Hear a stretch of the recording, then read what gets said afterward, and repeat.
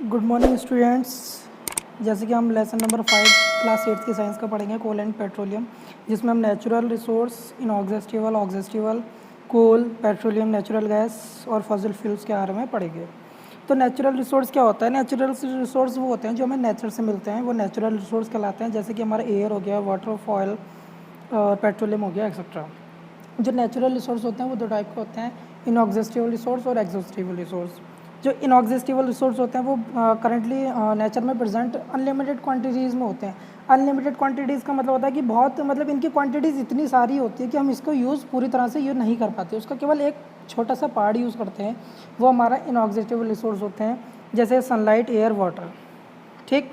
और exhaustible resource के बारे में पढ़ लेते हैं। एग्जॉस्टिबल रिसोर्स भी नेचुरल रिसोर्स होते हैं, बट क्या है, ये लिमिटेड क्वांटिटीज़ में पाए जाते हैं।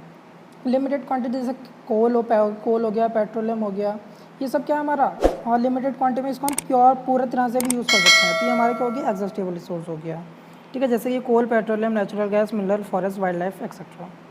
ठीक है, अब बात आती है कोल। कोल क्या होता है? कोल एक ब्लैक ब्राउनिश कलर का होता है, हार्ड सब्सटेंस होता है, कंफ्यूजिबल सब्सटेंस होता है, यानी कि ईंधन वाला सब्सटेंस होता है, जो कि मिक्सचर होता है कार्बन, हाइड्रोजन, ऑक्सीजन का। रिच क्वांटिटी में कार्बन, हाइड्रोजन गैस मिक्स होती है, ऑक्सीजन, लेकिन स्मॉल अमाउंट में क्या होता है, नाइट्रोजन और सल्फर भी मिक्स होता है। ठीक है ना, जैसे इसमें लिखा है।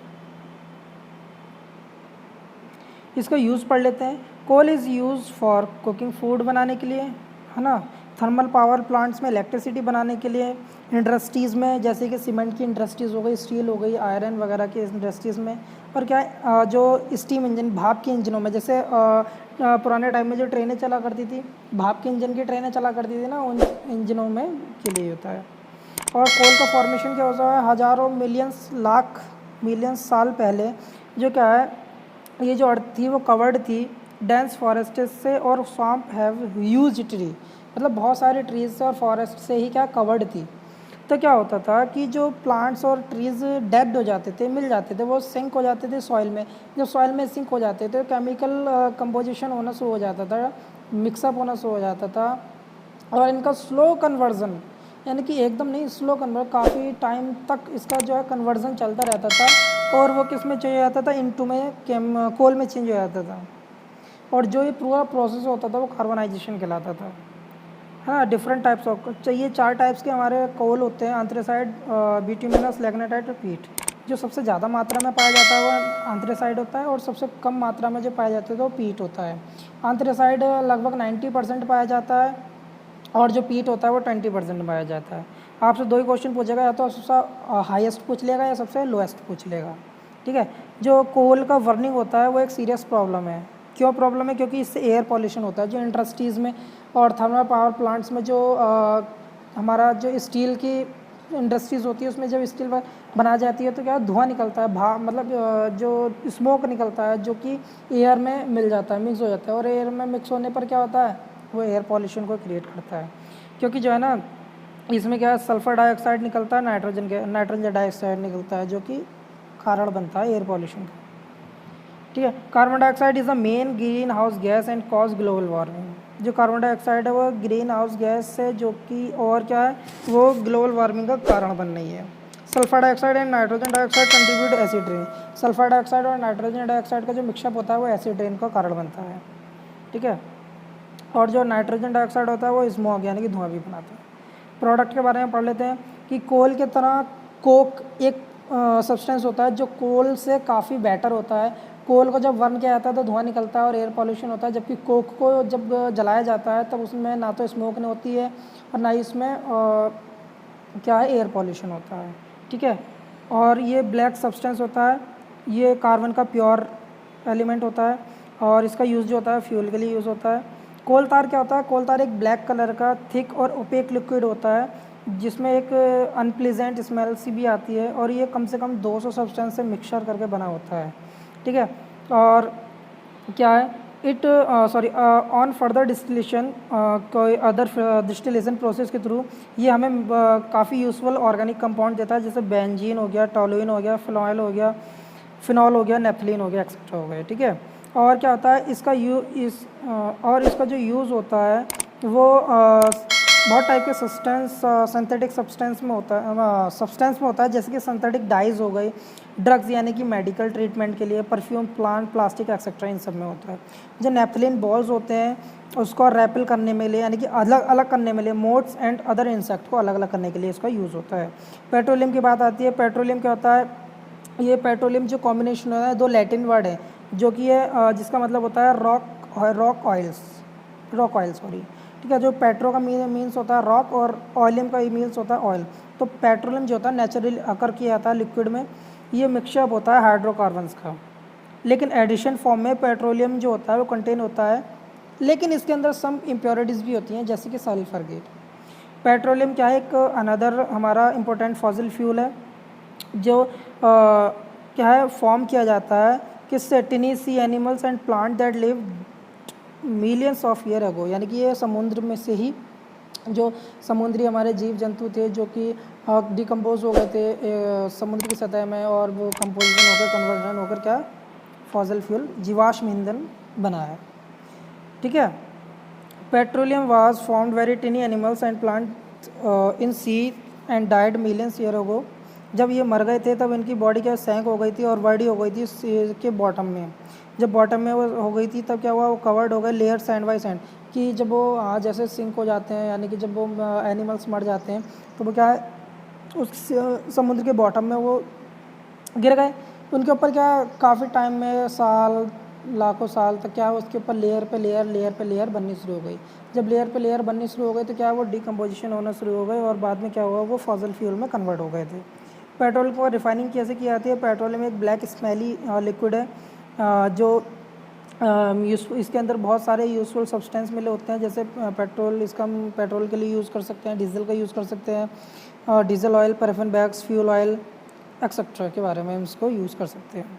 और जो इसका सेपरेशन मेथड है वो हमारा पेट्रोलियम रिफाइनिंग है, रिफाइनिंग के थ्रू इसको अलग किया जाता है, क्योंकि जब पेट्रोल को हम निकालते हैं ड्रिलिंग के थ्रू समुद्र में से ड्रिल करके जब पेट्रोलियम को निकालते हैं तो उसमें इम्प्योरिटीज़ होती है, तो उसको क्या है यूजेबल यानी कि यूज़ करने के लिए उसको क्या करा जाता है, उसको रिफ़ाइन किया जाता है, ठीक है। लेकिन पेट्रोल से हमारा इन्वायरमेंट भी इफेक्ट होता है, क्यों, क्योंकि जब हम ड्रिलिंग करते हैं पेट्रोलियम का तो उससे क्या समुद्र की जो एक्वाटिक इकोसिस्टम है वो ख़राब हो जाता है, ठीक है। और जब क्या है जब रिफाइनिंग करते हैं पेट्रोल की तो एयर पोल्यूशन भी होता है। नेचुरल गैस भी एक अनदर फॉसिल फ्यूल्स है जो कि कच्चे तेल से यानी कि क्रूड ऑयल से बनाया जाता है, ठीक है। और ये भी क्या होता है स्लो डिकम्पोजिशन होता है फॉसिल्स का, जीवाश्म का स्लो कन्वर्जन होता है, ठीक है। और इसमें क्या मीथेन गैस कंसिस्ट होती है, जब इसको गर्म किया जाता है तो ये रिलीज़ करती है कार्बन डाइऑक्साइड और water and a large amount of heat, यानी कि कार्बन डाइऑक्साइड को छोड़ेगी यानी कि रिलीज़ करेगी, वाटर को रिलीज़ करेगी और लार्ज अमाउंट में हीट को भी रिलीज़ करेगी, ठीक है। It release more energy than any other fuels, यानी कि ये एनर्जी को मतलब जो हमारी एनर्जी है जो अदर फ्यूल्स की एनर्जी उससे ज़्यादा अधिक मात्रा में क्या करती है, रिलीज़ करती है। It also occur in large amount of compare to कोयल एंड कोल, यानी कि क्या है ये कोल और ऑयल से ज़्यादा लार्ज अमाउंट में अकर करती है, ठीक है। और नेचुरल गैस जो हाई प्रेशर पर स्टोर की जाती है वो सीएनजी कहलाती है, कंप्रेस नेचुरल गैस, ठीक है। यूज़ ऑफ नेचुरल गैस को हम किस टाइप से कर सकते हैं, ये पाइपलाइन के थ्रू, जो पाइप्स अर्थ के अंदर जो अंडरग्राउंड पाइप्स होते हैं उसमें की थ्रू उसका ट्रांसपोर्टेशन होता है, ठीक है, जो कि हाउस होल्ड में और फैक्ट्रीज़ में जाती है direct. Fossil fuels are limited, यानी कि जो फॉसिल फ्यूल्स हैं लगभग यानी कि डेली लाइफ में हम 90% जो हम फॉसिल फ्यूल का यूज़ करते हैं कहीं भी जाने के लिए, कहीं भी ट्रांसपोर्ट के लिए एक्सेट्रा, कहीं भी वॉटएवर जहाँ भी आप कोई वर्क कर रहे हो वहाँ हम फ्यूल का यूज़ करते हैं। अगर कहीं मेडिकल जाना होगा या कहीं ट्रांसपोर्ट करना होगा तो आप क्या बाइक, कार एक्सेट्रा जो भी आपके पास व्हीकल है वो लेके जाओगे, तो क्या होता है वो फ्यूल का यूज़ होता है। और जो फ्यूल का यूज़ होना, जो आजकल 90% फ्यूल का जो यूज़ हो रहा है वो हमारा क्या हो रहा है, इन्वायरमेंट का पोल्यूशन का कॉजेज़ बनना है, कारण बनना है, जिसकी वजह से एसिड रेन हो रही है, यानी कि अम्लीय वर्षा हो रही है। अम्लीय वर्षा का मतलब जब एसिड रेन में आप नहाओगे तो आपकी बॉडी पे क्या है, जब वो बूंदें पड़ेंगे तो आपकी बॉडी क्या है, जो स्किन है वो जल जाएगी, बर्न हो जाएगी। और ग्लोबल वार्मिंग से क्या आप लोग देख ही रहे होगे क्योंकि कितनी गर्मी बढ़ रही है, वो सब ग्लोबल वार्मिंग का ही कॉज है, ठीक है। तो साइंटिस्ट क्या कर रहे हैं, साइंटिस्ट ट्राई कर रहे हैं कि हाइड्रोजन गैस को फ्यूल की तरह यूज़ किया जाए जिससे इन्वायरमेंट पॉल्यूशन भी ना हो और इन्वायरमेंट का जो ये और जो एक सारा इकोसिस्टम है हमारा वो सब सही चलता रहे, एटमॉस्फेयर भी सही रहे। तो हम किस तरह से फॉसिल फ्यूल को कंट्रीब्यूट कर सकते हैं उसको रोकने के लिए, है ना, कन्वर्जिंग कर सकते हैं।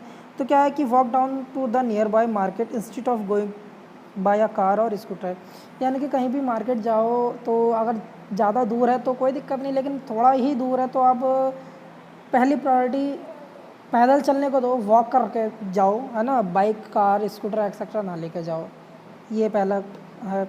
दूसरा क्या है, ट्रैफिक लाइट्स में अपने जो बाइक है कार है एक्सेट्रा जो भी व्हीकल है उसका ये क्या है, इंजन ऑफ कर दो, क्योंकि इंजन ऑफ करते हैं तो फ्यूल का तो कन्वर्जन चलता ही रहता है ना, ट्रांसपोर्ट तो फ्यूल का चलता ही रहता है पार्ट्स में, तो जब ऑफ कर दोगे तो वो बंद हो जाएगा। तो दूसरा ये है। तीसरा क्या है कि car pool a good way to reduce और फॉसिल फ्यूल, ठीक है। तो ये आपके ख़त्म हो गया। एक्सरसाइज पढ़ लेते हैं। Which of these one is an exhaustible natural resource. तो भाई इसका आंसर देख लो। इसका आंसर होगा पहला, इसका आंसर होगा पेट्रोल, कि पेट्रोल जो है वो हमारा एग्जॉस्टेबल नेचुरल रिसोर्स है, ठीक है। दूसरा है हमारा the major component of natural gas का जो मेजर कंपोनेंट है वो मीथेन है, और जो कार्बन का कंपोनेंट है एंथ्रेसाइड में 90% पाया जाता है।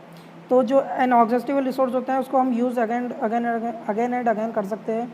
जो कोल होता है हमारा वो हम खाने बनाने फूड बनाने के लिए यूज़ करते हैं।